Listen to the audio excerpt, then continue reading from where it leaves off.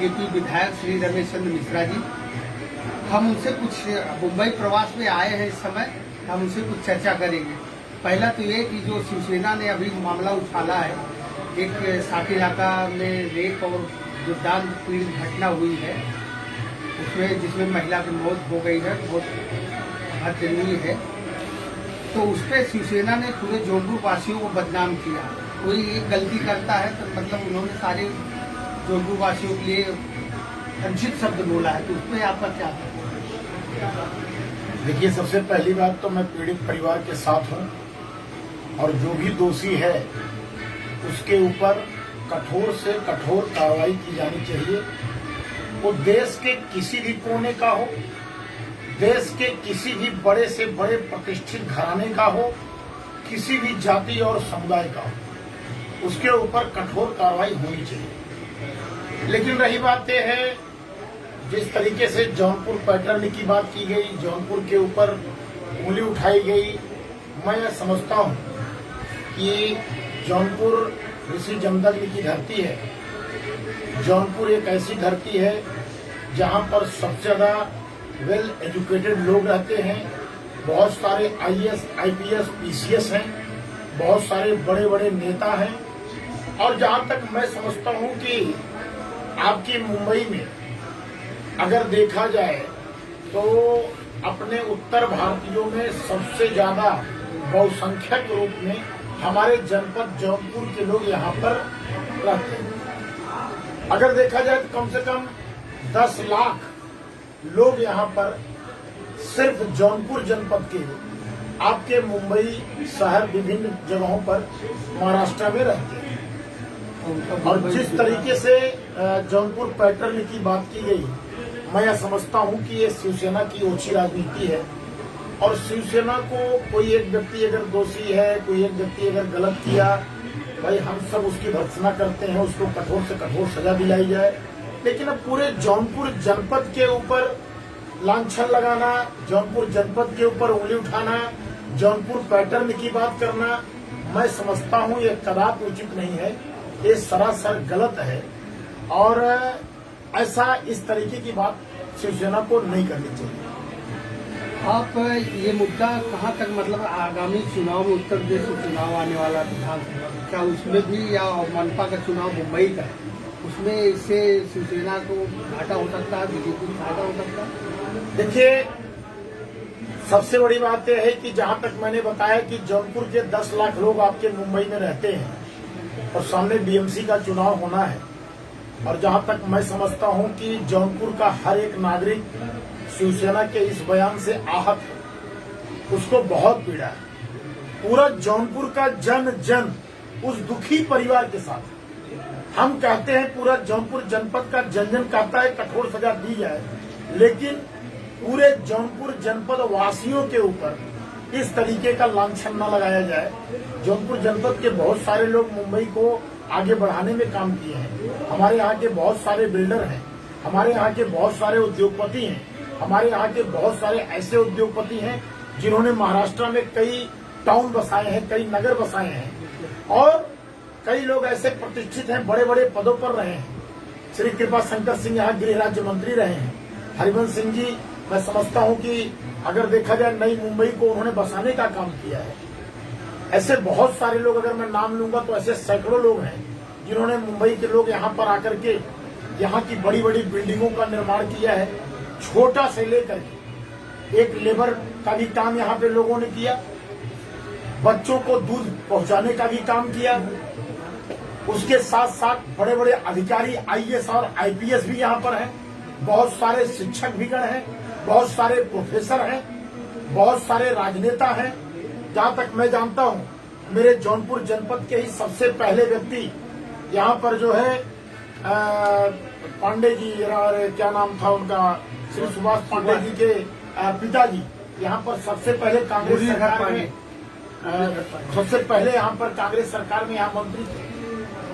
और उसके बाद कृपा शंकर सिंह जी यहाँ मंत्री थे, चंद्रकांत पांडे जी, चंद्रकांत दुबे जी यहाँ पर मंत्री रहे। ऐसे बहुत सारे लोग यहाँ पर विभिन्न पदों पर रहे हैं। और मैं समझता हूँ इस तरीके का आरोप लगाना कदापि उचित नहीं है।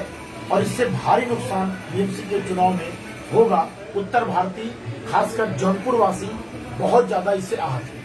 आगामी उत्तर प्रदेश चुनाव देखते हुए आप मुंबई वासियों को क्या कहना चाहेंगे, मुंबई का जो उत्तर प्रदेश के आपके वोटर हैं? देखिए, ऐसा है, जिस तरीके से हमारी उत्तर प्रदेश की सरकार इस कोविड काल में काम की है, अगर महाराष्ट्र से तुलना की जाए, जहां महाराष्ट्र में पूरे देश में सबसे ज्यादा कोरोना के पेशेंट यहां पाए गए, व्यवस्थाएं चरमरा गई, हमारे जौनपुर के लोग, हमारे उत्तर भारतीयों को खाने तक के लाले पड़ गए और दवाइयों के लाले पड़ गए। अस्पताल में जगह नहीं, भर्ती की कोई व्यवस्था नहीं, ऑक्सीजन की कोई व्यवस्था नहीं, दवा की कोई व्यवस्था नहीं।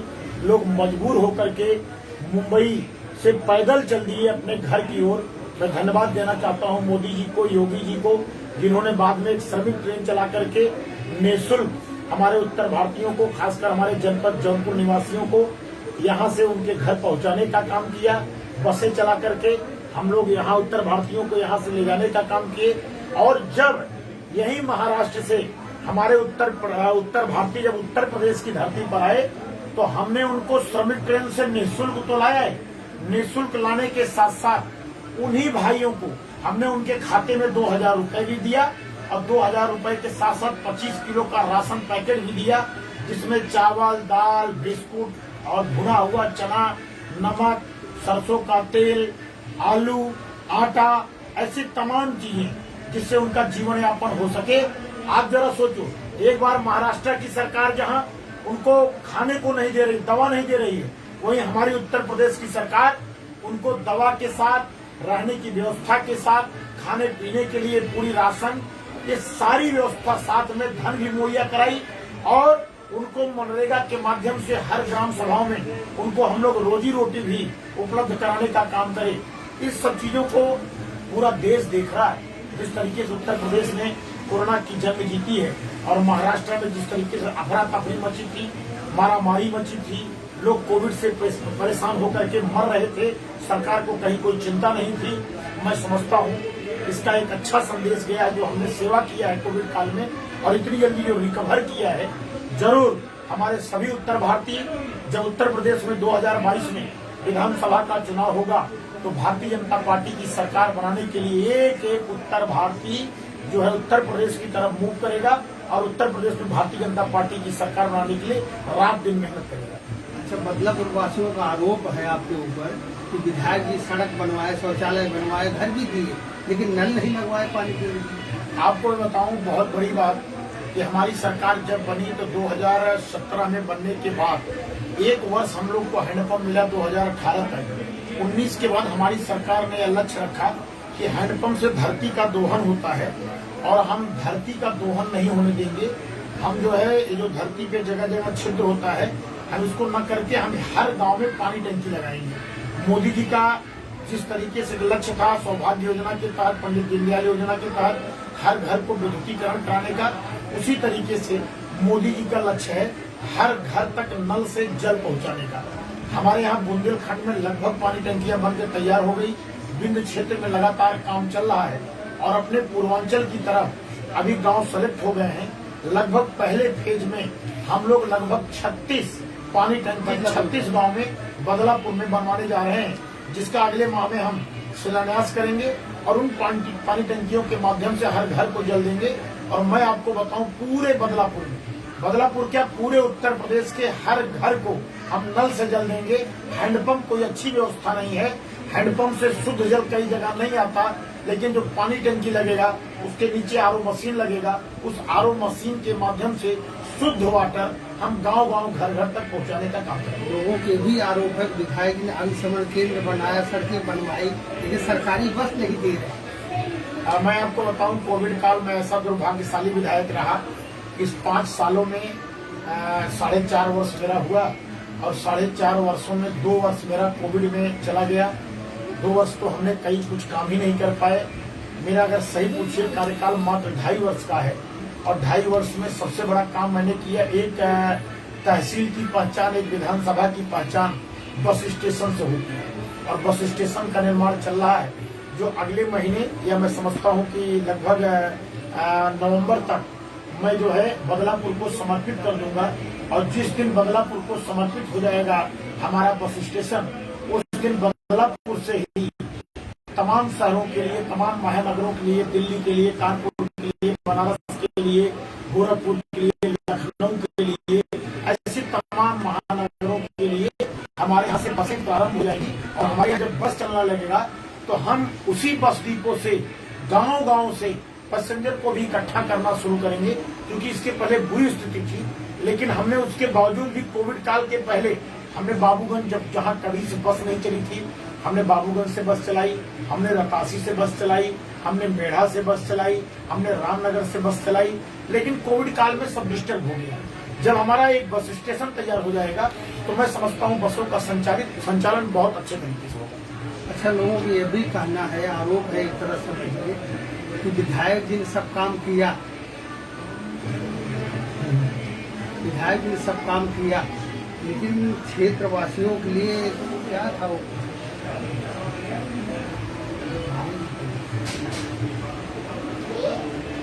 हाँ, कि मतलब दूसरी पार्टियां जो है वो आरोप लगा रहे हैं ब्राह्मण जो है अब की बार बीजेपी को वोट नहीं देंगे, चाहे वो बीएसपी हो चाहे सपा, वो खींचने लगे। क्या ऐसा आपको लगता है कि ब्राह्मण जो है बीजेपी से हट रहे हैं? चलिए, अच्छी बात है। कम से कम सपा और बसपा के लोगों को जब चुनाव आता है तो ब्राह्मण की याद आती है। और मैं तो कहता हूं कि समाजवादी पार्टी की सरकार में कितने ब्राह्मण मंत्री थे और कितने ब्राह्मण विधायक थे, उसको आप देख लीजिए। बसपा सरकार में कितने ब्राह्मण मंत्री थे, कितने विधायक थे, उसको आप देख लीजिए। आज भारतीय जनता पार्टी की सरकार है, कितने मंत्री हैं, कितने विधायक हैं, उसको आप देख लीजिए। रही बात, हम जाति और पार्टी की बात नहीं करते, हम सबका साथ, सबके विकास की बात करते हैं। ये लोग जो है जाति पाति की बात करते हैं। समाजवादी पार्टी एक जाति सीधे बोलती है कि हम एमवाई फैक्टर, जबकि इनका एमवाई फैक्टर टूट गया है। आज यादव समाज भी भारतीय जनता पार्टी के साथ है। गिरीश यादव हमारे यहाँ उत्तर प्रदेश सरकार में राज्य मंत्री है, जो कि अपने जनपद जौनपुर के ही है। भूपेंद्र यादव जी केंद्र में जो है मंत्री हैं।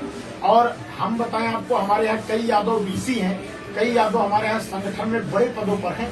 हम जाति पाति की राजनीति नहीं करते। हम चाहे यादव हो, चाहे बिंद हो, चाहे वर्मा हो, चाहे मौर्य हो, चाहे ब्राह्मण हो, चाहे क्षत्रिय हो, सबका समायोजन करके चलते हैं और सबका साथ, सबके विकास के नारे पर काम करते हैं। और रही बात ये है कि ब्राह्मणों का प्रतिशत ज्यादा है। अगर देखा जाए तो कम से कम 14% ब्राह्मण है। तो इस नाते वो लोग ब्राह्मणों को थोड़ा गुमराह करने की कोशिश कर रहे हैं, समाजवादी पार्टी के और बसपा के लोग। लेकिन उनको शायद पता नहीं है कि ब्राह्मण बहुत बुद्धिमान कौम है और ब्राह्मण जो है देवी देवताओं में आस्था रखती है। और जिस तरीके से उत्तर प्रदेश के यशस्वी मुख्यमंत्री श्री योगी आदित्यनाथ जी राम मंदिर का निर्माण बहुत तीव्र गति से चल रहा है। अभी मोदी जी ने उसका जो है भूमि पूजन करके राम मंदिर का निर्माण कराया। और मैं समझता हूँ विश्व का सबसे बड़ा तीर्थ अपने अयोध्या में बनने जा रहा है। मथुरा और काशी का भी हाल बदल गया। मथुरा की गलियां जहाँ गंदगी रहती थी, आज उत्तर प्रदेश की सरकार ने मथुरा की गलियों को बेहतरीन बना दिया है। और साथ में काशी में जब जाएंगे आप तो जो काशी भोलेनाथ का मंदिर है, वहाँ पर एक बहुत बड़ा कॉरिडोर मोदी जी के नेतृत्व में बन गया। और जिस तरीके से मंदिरों का विकास इस सरकार में हो रहा है, हर विधानसभा में 2-2 मंदिरों को लिया गया है। अगर इस तरीके से मैं देखूं तो हजारों मंदिरों का कायाकल्प उत्तर प्रदेश की सरकार जो है भारतीय जनता पार्टी की सरकार कर रही है। और मैं समझता हूं कि ब्राह्मण कदापि ना खुश नहीं है। ये लोग कुछ गुमराह कर रहे हैं, लेकिन ब्राह्मण बुद्धिमान कौम है, कदापि गुमराह होने वाली बात कभी नहीं होगी।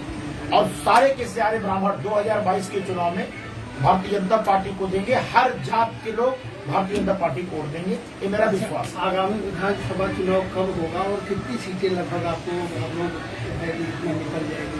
देखिए, जिस तरीके से भारतीय जनता पार्टी की लहर चल रही है और जिस तरीके से भारतीय जनता पार्टी काम कर रही है, अगर मैं बदलापुर का काम, मैंने देखिए एक पुस्तक छपवाई है बदलापुर के विकास के लिए। इसमें सारी विकास की योजनाएं हैं और सारी बिल्डिंग जो निर्माण हो रही है उसकी सबकी फोटो भी है। ITI, bus station, fire station, कई पुल, दर्जनों पुल, सबका डिटेल। 8 करोड़ तो मैंने गरीबों को इलाज के लिए पैसा दिलवाया है। कई इमलिया घाट देखिए 2014 का बना था, उसको मैंने चालू करा दिया। ऑक्सीजन का प्लांट लगवा दिया। कई बड़े बड़े पुल, 40 गांव के लोग आते थे अपने बदलापुर चक्रियावा घाट से, उसको मैंने बनवा दिया। और इसमें सारा डिटेल मैंने दिया, कितने लोगों को पैसा दिया इलाज के लिए, क्या क्या काम कराया, कितनी सड़कें बनाई, एक एक चीज का इस पुस्तक में डिटेल है।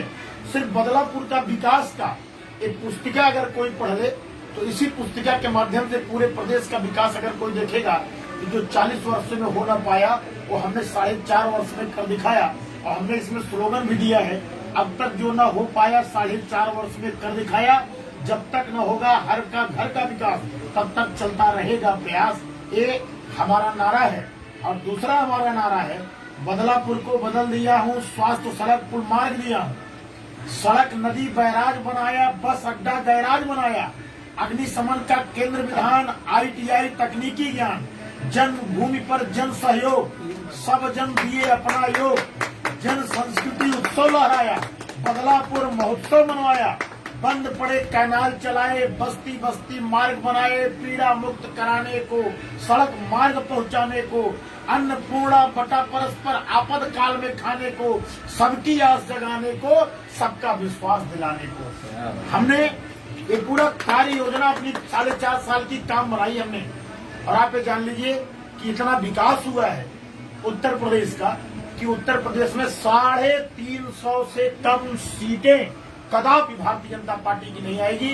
हम 350 की सीटों के साथ भारतीय जनता पार्टी की अगली सरकार बनाएगी। पिछली बार 325 थी, 350 की बात। 350। आप किसी को क्वेश्चन